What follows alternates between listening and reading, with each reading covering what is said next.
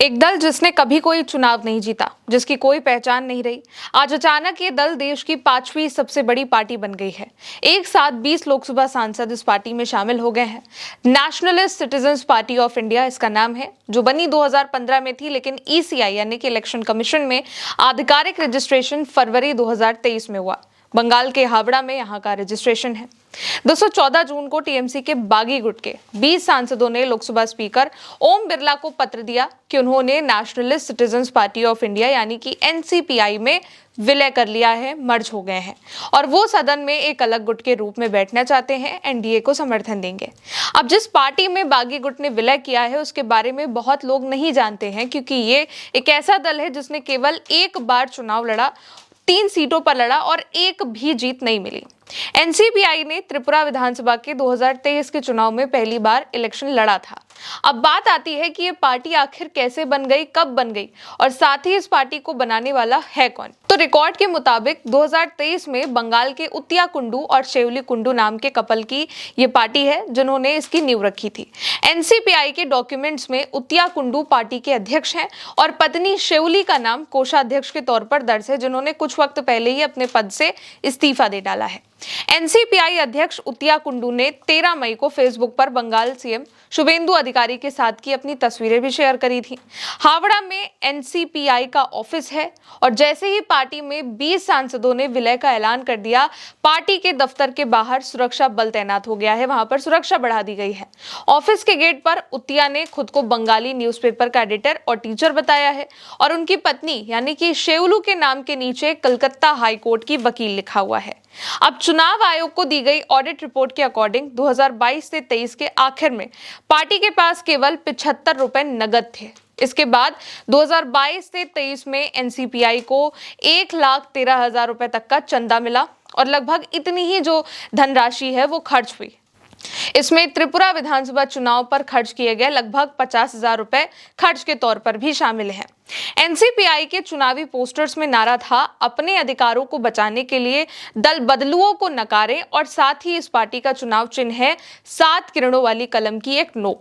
Party ने 2023 में त्रिपुरा विधानसभा चुनाव में 4 उम्मीदवार भी उतारे थे, लेकिन उसके उम्मीदवार या तो नोटा से पीछे रहे या फिर उससे थोड़ा ज्यादा वोट हासिल कर पाए। पार्टी को कुल मिलाकर लगभग 1000 वोट ही मिले। जहांगीर अली बरजेदा त्रिपुरा ने त्रिपुरा के उन्नाकोटी जिले के कैलाश शहर और धलाई जिले से चावामानू निर्वाचन क्षेत्र से एनसीपीआई के टिकट पर यह चुनाव लड़ा था, जबकि 2 बाकी पार्टियां समर्थित निर्दलीय उम्मीदवार थे।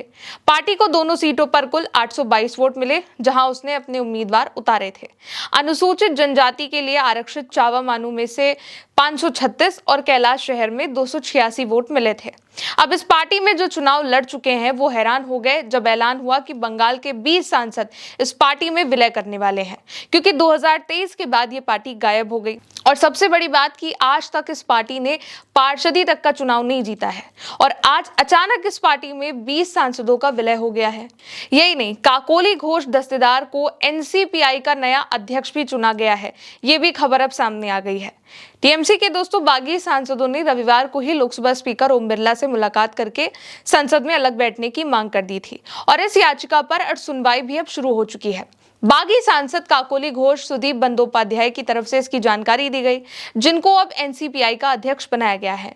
उनकी ओम बिरला के साथ बैठक की तस्वीर भी सामने आई, जिसमें वो और तमाम वो सांसद नजर आ रहे हैं जो कभी ममता बनर्जी के खास थे। सुदीप बंदोपाध्याय ने बताया कि एनसीपीआई पार्टी के तौर पर अब लोकसभा में अलग बैठेंगे, एनडीए का सपोर्ट करेंगे। ऐसे में अब जो सवाल है वो ये भी उठ रहा है कि क्या लोकसभा में एनसीपीआई को अलग से मान्यता मिलेगी। इस पर अब लोकसभा स्पीकर ओम बिरला के जवाब का इंतजार किया जा रहा है और फिर कोर्ट का फैसला भी आएगा।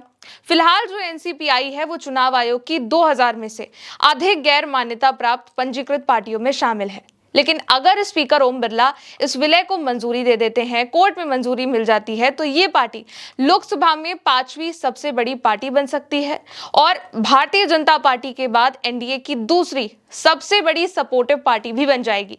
इसके बाद एनसीपीआई पार्टी एनडीए की दूसरी सबसे बड़ी सहयोगी पार्टी इसलिए भी बन सकती है क्योंकि इस वक्त टीडीपी 16 सांसदों के साथ दूसरी सहयोगी पार्टी बनी हुई है अभी के लिए, और अब टीएमसी के बागी सांसद 20 जो है, जो कि काकोली घोष दस्तेदार के साथ मिलकर 20 बागी सांसद हैं, अगर उन्होंने लोकसभा अध्यक्ष ओम बिरला के साथ अब जो मुलाकात करी है, इसमें अगर उन्हें अलग बैठने की जो मंजूरी मिल जाती है और विलय भी मंजूरी हो जाता है, तो एनडीए को सपोर्ट देने वाली ये जो बात है वो तो सच होगी ही। साथ ही अगर स्पीकर इस विलय को मंजूरी दे देते हैं तो ये पार्टी लोकसभा में 5वीं सबसे बड़ी पार्टी बन सकती है और भारतीय जनता पार्टी की दूसरी सबसे बड़ी सहयोगी पार्टी। फिलहाल दोस्तों, अभी के लिए इस खबर में इतना ही। आप देखते रहिए उल्टा चश्मा यूसी। शुक्रिया।